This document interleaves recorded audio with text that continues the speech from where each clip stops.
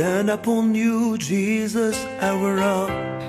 We will never be ashamed, 'cause we know you hold our lives in your hand. Stand upon you, Jesus, our rock. We will never be ashamed, 'cause we know you hold our lives. Bonjour, shalom à vous, shalom dans vos familles. Nous sommes réunis encore aujourd'hui pour partager la parole, pour nous édifier, pour échanger. Et d'ores et déjà, je vous remercie pour vos partages, merci pour vos commentaires, merci pour votre présence. Parce que à chaque fois que nous partageons, à chaque fois que nous faisons des commentaires, ça édifie moi d'abord, ça édifie le peuple de Dieu et Dieu nous est reconnaissant. Donc sans plus tarder, nous allons remettre ces mains entre les mains du Seigneur, Père Tout-Puissant. Père éternel, Dieu de gloire, Dieu de miséricorde, nous te louons, nous te bénissons, nous te magnifions pour les merveilles que tu fais dans nous. En ce moment, nous voulons remettre ce moment entre tes mains, Père. Je remets ma bouche, mon corps, mon être entier entre tes mains. C'est toi qui parles à travers moi, c'est toi qui édifies ton peuple. Viens encore nous visiter au Dieu. Amen. Donc nous allons continuer sur la série de la mort à la vie. Nous allons continuer sur la série de la mort à la vie. La dernière fois, nous avons parlé du Père, nous avons dit que le Père est l'enfant de l'homme. Jésus, il est venu pour semer, pour diviser le Père, le Fils, la belle-mère et la belle-fille. Cela veut dire en d'autres termes qu'il est venu débarrasser tout ce qui est ancien, tout ce qui est mauvais en nous, pour nous faire renaître de nouveau. Donc aujourd'hui, nous allons parler de cette femme qui était atteinte de la perte de sang depuis 12 ans. Donc le passage se trouve dans Matthieu 9, versets 20 à 22. Nous allons lire la parole du Seigneur. Et voici qu'une femme atteinte d'une perte de sang depuis 12 ans s'approcha par derrière et toucha la frange de son vêtement. Car elle se disait, si je puis seulement toucher son vêtement, je serai guérie. Jésus se retourna et dit en la voyant, prends courage, ma fille, ta foi t'a guérie. Et cette femme fut guérie à l'heure même. Donc, que veut nous dire ce passage?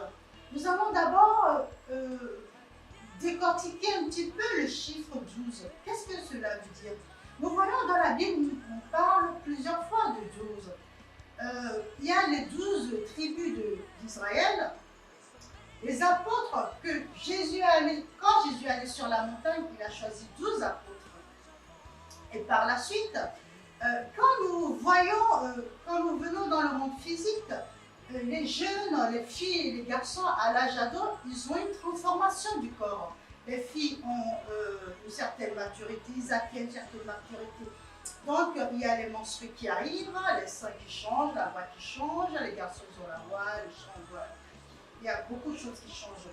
Donc cela veut dire que 12, c'est aussi le chiffre de la maturité. Jésus même à l'âge de 12 ans, il allait prêcher au temple. Nous allons dire que c'est le chiffre de la maturité, le chiffre de la perfection. C'est le chiffre où le corps physique meurt à la place du corps spirituel. Donc c'est là où Dieu rencontre l'être humain.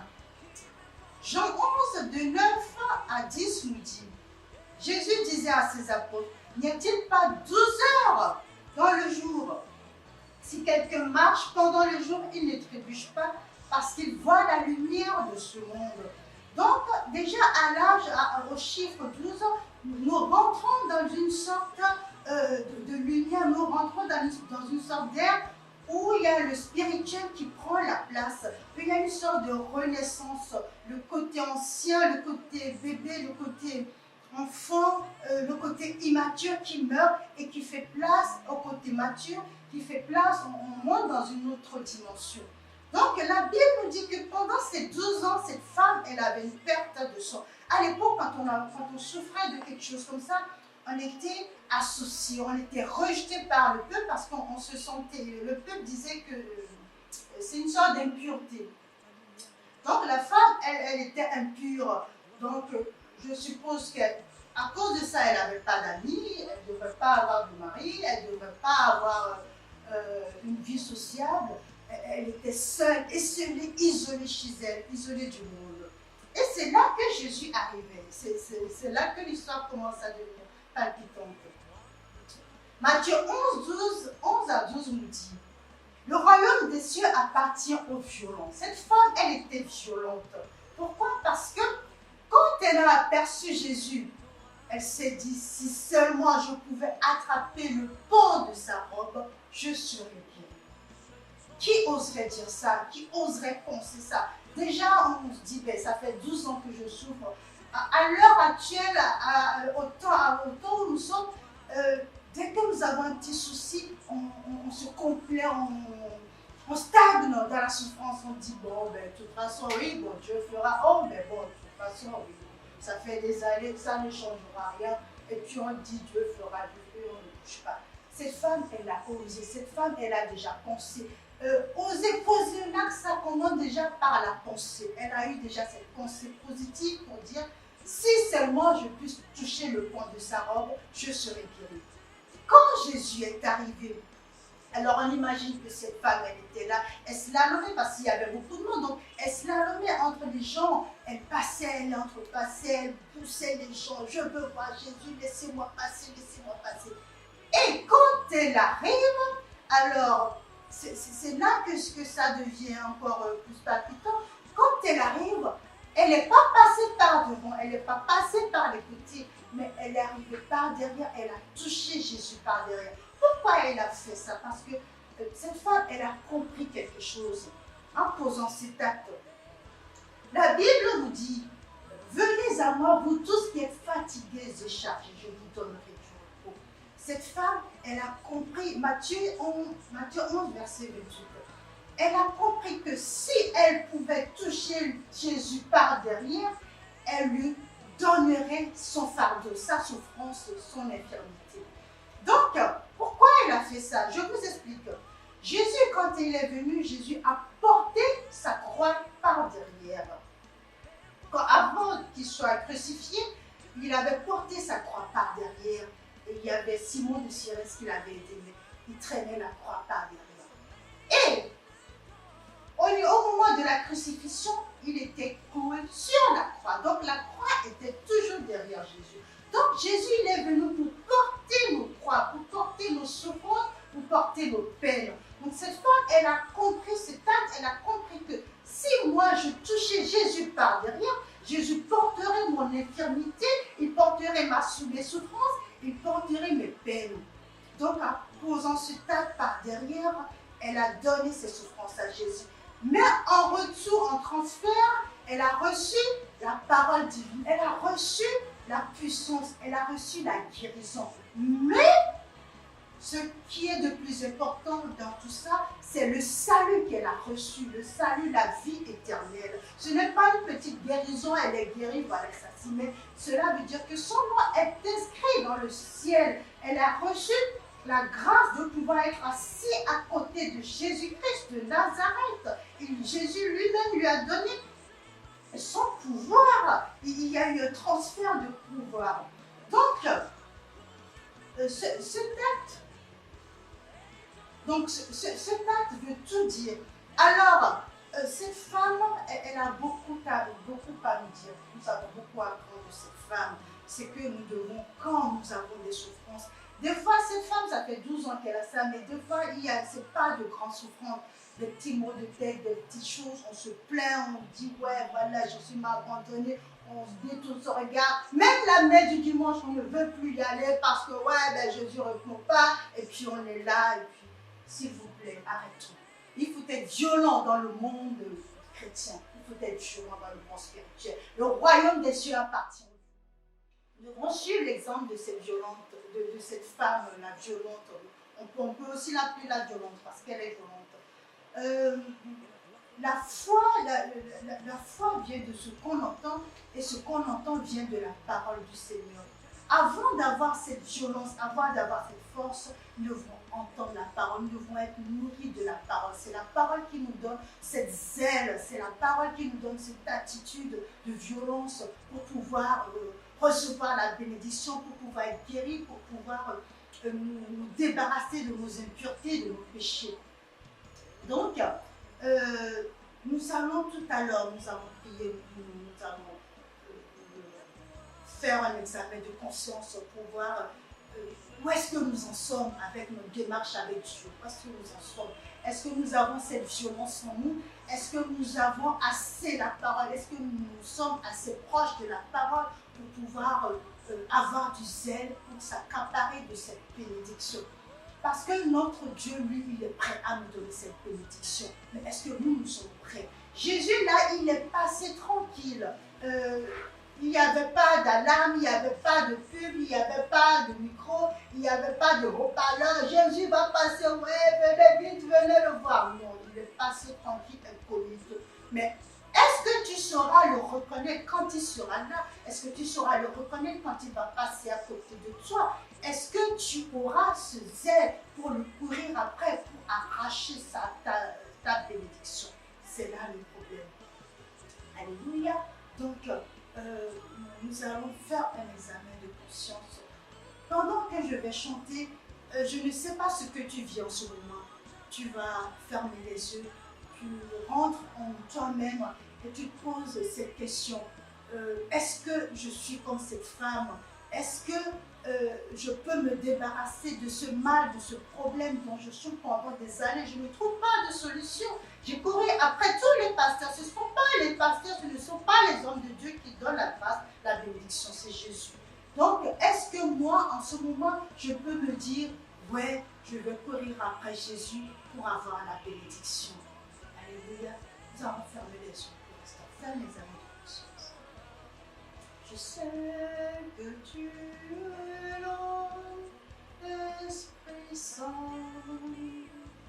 Je sais que tu es là. Je sais que tu es là, Esprit Saint. Je sais que tu es là.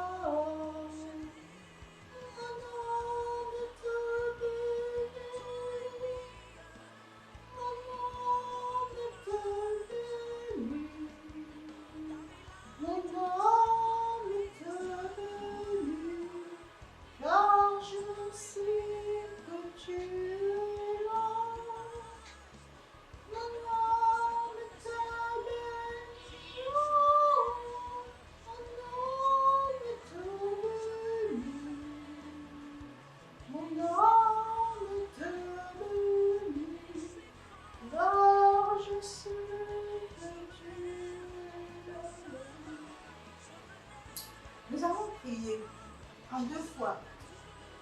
La première fois, nous allons cibler les personnes qui se sentent concernées par ce message et qui se disent, oui, c'est vrai, ça fait des années que je tourne en rond, ça fait des années que je souffre, ça fait des années que je n'arrive pas à avancer, ça fait des années que je cherche la guérison, la délivrance. Mais c'est vrai qu'il me manque encore quelque chose, il me manque ce petit zèle pour pouvoir m'approcher plus de Jésus, pour pouvoir m'approcher de ma bénédiction. Tu vas fermer les yeux, nous allons. Père de gloire, Dieu de miséricorde, Dieu de toute magnificence, nous te remercions, nous te louons, nous te bénissons, parce qu'en ce moment tu es au milieu de nous. Amen, Yahweh, parce que tu es la parole qui nous édifie, la parole qui nous transforme, la parole qui change nos vies. Et cette parole qui vient prendre nos péchés, qui nous soulage.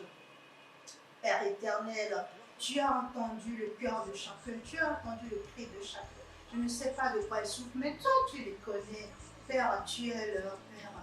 Tu connais tes enfants. Je te les ramène. Tous ceux qui suivent cette émission et qui se disent, oui, je souffre, mais il me manque encore quelque chose pour me rapprocher du Père. Je t'en prie, Père, donne-leur du zèle, donne-leur de l'ardiesse, donne-leur du bravo pour pouvoir se rapprocher de toi.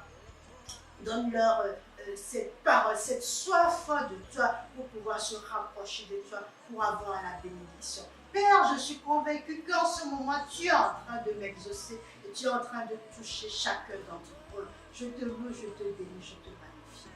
Amen. Nous allons encore prier la deuxième fois pour ceux qui regardent et qui disent, elle parle, c'est bien, mais moi je ne connais pas ce Jésus, je ne sais pas qui il est. Je ne peux pas m'approcher de lui tant que je ne le connais pas. Vous allez aussi fermer les yeux pour l'instant. Père éternel, Dieu de miséricorde, regarde tout ce peuple en souffrance, tout ce peuple qui ne te connaît pas, tous ces brebis égarés qui ont soif de toi, mais qui ne savent pas qui tu es, qui ne connaissent pas, qui ne savent pas où aller étancher leur soif. Je te prie, Père, montre-toi à eux, révèle-toi à eux, et permets qu'ils puissent te toucher juste par derrière, juste le pont de ta robe, afin qu'ils puissent recevoir la vraie vie, la vie éternelle, parce que c'est toi qui le donnes. Je te loue, je te bénis, je te magnifie. Merci pour votre présence, merci pour votre participation, merci de partager. Vous allez voir sur ma page, il y a mon numéro, il y a mon adresse, il y a une nouvelle page. Donc n'hésitez pas à les consulter, n'hésitez pas à partager, ça fera du bien à quelqu'un d'autre. Et n'oubliez pas, Dieu vous aime. Merci beaucoup. Stand upon you, Jesus, our rock. We will never be ashamed, 'cause we know you hold our lives in your hand. Stand upon you, Jesus, our rock. We will never be ashamed, 'cause we know you hold our lives in your hand.